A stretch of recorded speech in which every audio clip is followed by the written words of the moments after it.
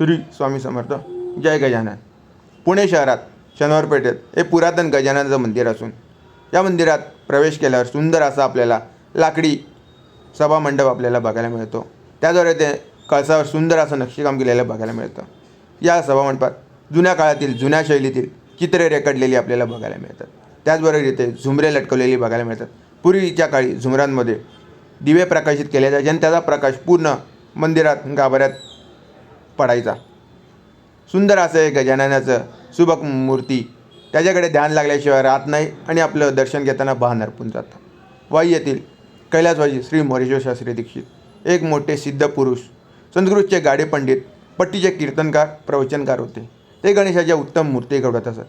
त्यांचे शिष्य कैलासवासी रामचंद्र गुपचूप यांची व दीक्षित यांची गणेशावर अढळ श्रद्धा होती. दीक्षित यांनी गणेशाची मूर्ती दाखवून आपला मानस सांगितला, तोच अवरत विनायक. पुढे हे मंदिर कैलासवासी श्री रामचंद्र गुपचूप या शिष्याने आपले गुरु कैलासवासी मोरेश्वर शास्त्री दीक्षित यांना अर्पण केले.